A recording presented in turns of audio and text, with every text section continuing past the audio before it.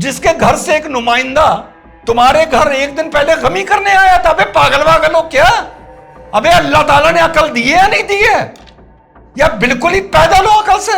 अब पूछो, माइक लगाओ कि साहब वो आप बड़े नाराज हो रहे थे, अब ईरान ने एमओयू के टाइम पर 3 कमर्शियल शिप मार दी है, ये क्या गुंडा कर दिए? कौन, क्या, कब?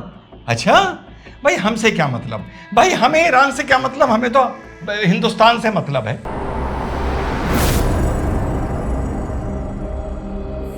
हेलो नमस्कार सत श्री अकाल अस्सलाम वालेकुम, कैसे हैं जनाब? तो खाड़ी गल्फ से ईरान और यूएसए को लेके आ रही है मस्त मस्त खबर।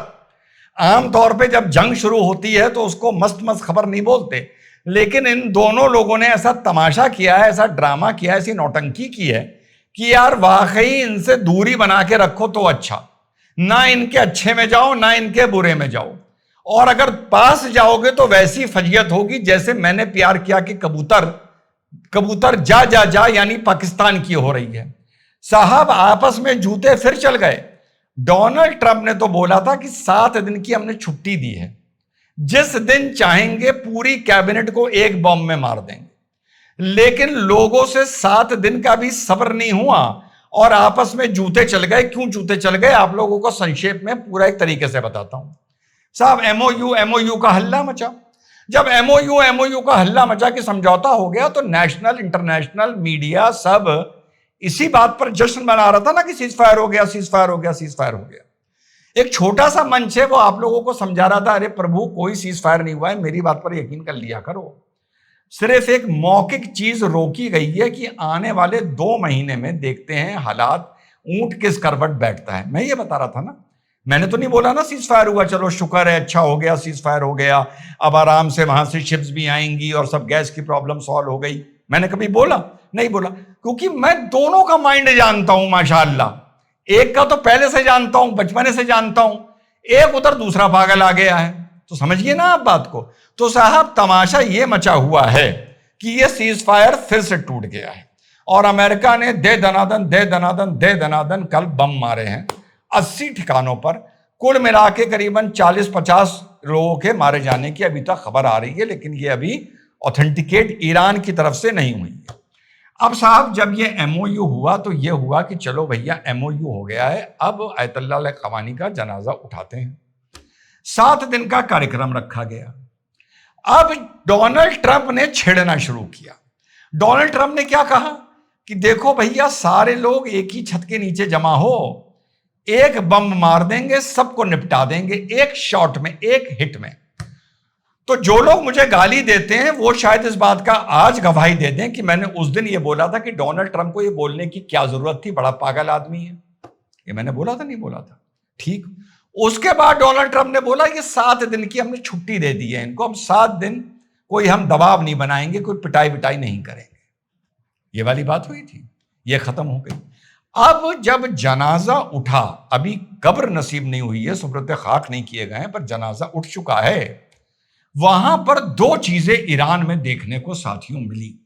एक तो यह चीज देखने को मिली, अगर आप लोगों से ये मिस हो गई हो, कि अंदर ईरान की सरकार और गवर्नेंस फट चुकी है, जो ऊपर ऊपर नजर नहीं आ रहा है, लेकिन बहुत से नारों ने यह चीज बताई है। जैसे पेजेश्कियान को देखकर बहुत जबरदस्त नारेबाजी हुई है, death to the compromisers, death to the compromiser, यानी जिन्होंने समझौता किया है उन्हें अल्लाह करे मौत मिले। अच्छा, जो कोसना होता है या बद्दुआ हम मुसलमान सबसे अच्छी देते हैं, उसमें हमारी मोनोपोली है। डेथ टू द ट्रेटर, यानी जो देश के साथ बगावत कर रहा है, देश के साथ धोखा दे रहा है, उसको डेथ मिले। जहां तक कि इतने नारेबाजी हुई कि पेजेश्कियान के बेटे को यह ट्वीट करना पड़ा और यह बयान देना पड़ा कि यह गलत है, यह पूरी दुनिया को यह दिखा रहा है कि हमारी सोसाइटी आपस में बटी हुई है और इसका मतलब यह है हम लोग दुश्मनों के शिकार हो गए। यस, ये चीज ज्यादा पब्लिक डोमेन में है नहीं, आप सर्च करिए, मैं तो ढूंढता रहता हूं, पढ़ता रहता हूं ऑथेंटिक खबर। यह हो गई। अरगाची को देखकर भयंकर नारेबाजी हुई है, भयंकर नारेबाजी हुई है, और पूरे फ्यूनरल को वहां के कट्टरपंथियों ने टेक ओवर कर लिया। याद करिए जब पहले हमारी आपकी बात हो रही थी, मैंने कहा था भैया मोदी जी को नहीं जाना चाहिए, एंड में किसी भी इंपॉर्टेंट नेशन का हेड ऑफ द स्टेट नहीं गया, क्योंकि फिर आप लोग याद करिए, और ये पता था, हमें पता था ये सिर्फ गमी का माहौल नहीं होगा, ये एक पॉलिटिकल कार्यक्रम होगा और ठोक के नारेबाजी होगी, और वो हुई। साथ साथ ये नारेबाजी हुई, dead to America, dead to Netanyahu, और डोनाल्ड ट्रंप के जूते मारे जा रहे हैं, और पोस्टर हैं जिसमें डोनाल्ड ट्रंप के माथे पर गोली लगी हुई है। अब पहले तो मैंने ट्रंप के बारे में बोला, अबे साले तुम्हें अगर समझौता करना है तो काहे बकवास कर रहा है कि एक शॉट में सबको मार देंगे। अब इधर इनको तो मैं बचपन से जानता हूं, जब नन्ना मुन्ना प्यारा बच्चा था, अभी भी नन्ना मुन्ना प्यारा हूं।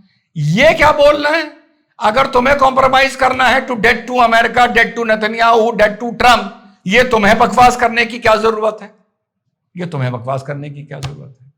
ये यहां से ये बात शुरू हुई। अब अभी 7 दिन बीते नहीं हैं, जनाजा उठा है लेकिन कब्र अभी नसीब नहीं हुई है, कब्र तक जनाजा नहीं पहुंचा है। फिलहाल जब मैं वीडियो रिकॉर्ड कर रहा हूं शायद इराक पहुंच गया है। 3 माह से शिप निकल रही थी, मजेदार बात सुनिएगा, जिसमें एक थी सऊदी की, एक का भी पता नहीं चल पा रहा, जितना मैं पढ़ रहा हूं जो सऊदी की थी वो विडियाम थी, और कतर की जो एलएनजी लेके आ रही थी रिकायत, ये आ रही थी गुजरात। आपका अब सबसे फिलहाल एमओयू साइन हो चुका है, एक समाधान पर पहुंचना है। आपने 3 शिप कल ठोक दी, एक परसों और कल की रात के बीच में। क्यों? क्योंकि साहब जो रूट हमने बताया है उस रूट पे वो शिप नहीं चल रही थी। अबे गधे, तुम्हें अगर समझौता चाहिए, 7 दिन है, देश में गमी का माहौल है, जनाजा उठा है, कब्र तक पहुंच रहा है, अबे तुम ही 7 दिन रुक जाते।